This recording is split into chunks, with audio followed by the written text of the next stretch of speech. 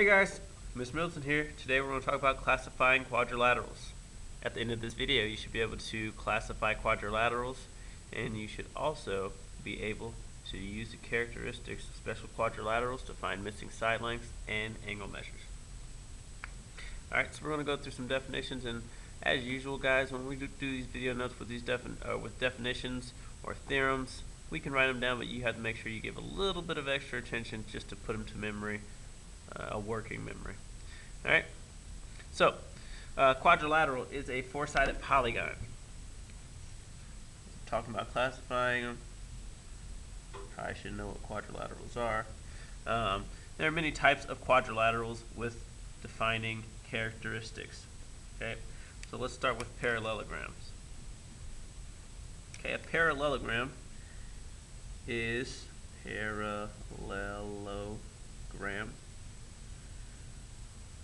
is a quadrilateral with both pairs of opposite sides parallel. That's the name, parallelogram. Okay. A rhombus is a parallelogram, or a type of parallelogram.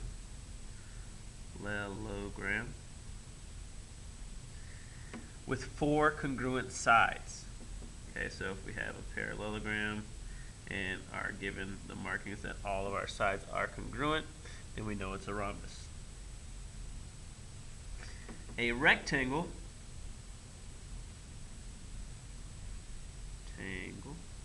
is a parallelogram with four right angles. So again, given that, and I neglected to draw a parallelogram, kind of how it should look for us. So a parallelogram up here, parallel lines, both pairs of opposite sides parallel to each other. Okay, and then a square is a parallelogram with four congruent sides and four right angles. Okay, typically see it like this. Now you can either get the markings for that, the problem, sometimes the description of the problem or the figure tells you it's a parallelogram, or it's a rectangle, it's a square. Okay, and so then we use these characteristics. Alright. A kite, as we go to a different family, so this is kind of the parallelogram family here. I'll try to section it off in colors for you. A kite, not a parallelogram, is a quadrilateral with two pairs of adjacent sides congruent and no opposite sides congruent. Okay, so if we drew a kite, it would look like this.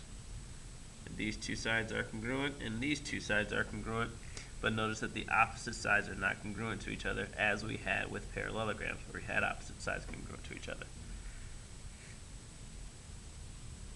Okay?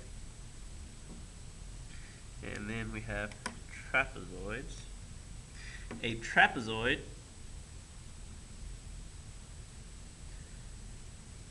is a quadrilateral with exactly one pair of parallel sides. Okay, so a parallelogram cannot be a trapezoid because it has two pairs of parallel sides. Typically you'll see a trapezoid drawn like this. We only have one pair of parallel sides. An isosceles trapezoid, is a trapezoid whose non-parallel sides are congruent.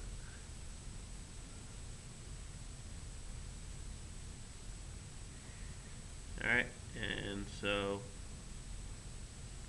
have a trapezoid, maybe they give us this marking, but these are congruent. Okay, so these diagrams are there just trying to give you that visual definition, I guess, and then the written definitions by those. Okay, and so we have a couple examples to go along with our definitions here, and they're asking us to first classify the quadrilateral below in as many names as possible. Okay, and I'll say like by appearance. So first, we don't have to say it's a quadrilateral. Obviously, they told us it's a quadrilateral. It appears to be a parallelogram. parallelogram, we see that all four sides are congruent, so it would be a rhombus. Okay, as we look at the angles, they don't look like 90-degree angles, and they're not marked as 90-degree angles, so I can't say it's a rectangle, and therefore I can't say it's a square. So I'll say a parallelogram, a rhombus, and obviously a quadrilateral. Now here it says, what is the most precise name? Okay, the most precise name is a rhombus. Okay, parallelogram just says that two sides are parallel, or the opposite sides are parallel. The rhombus says it's a parallelogram with congruent sides, with all four sides congruent. So we're kind of making this a more specific or more precise parallelogram. Alright, last problem here says find the values of the variables given the figure is a rectangle. So they told us it's a rectangle. We had to think about what the characteristics of a rectangle are. And so we have 4 right angles. Okay, and so they gave us these 2 angles here.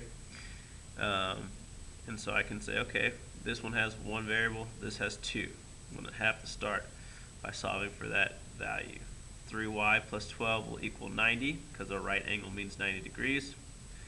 Subtract 12 from both sides, 3y equals 78. Divide by 3, y will equal 26.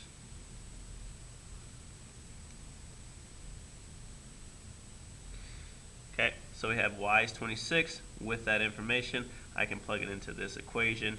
8x plus, now instead of using y, I'm going to use 26 equals 90.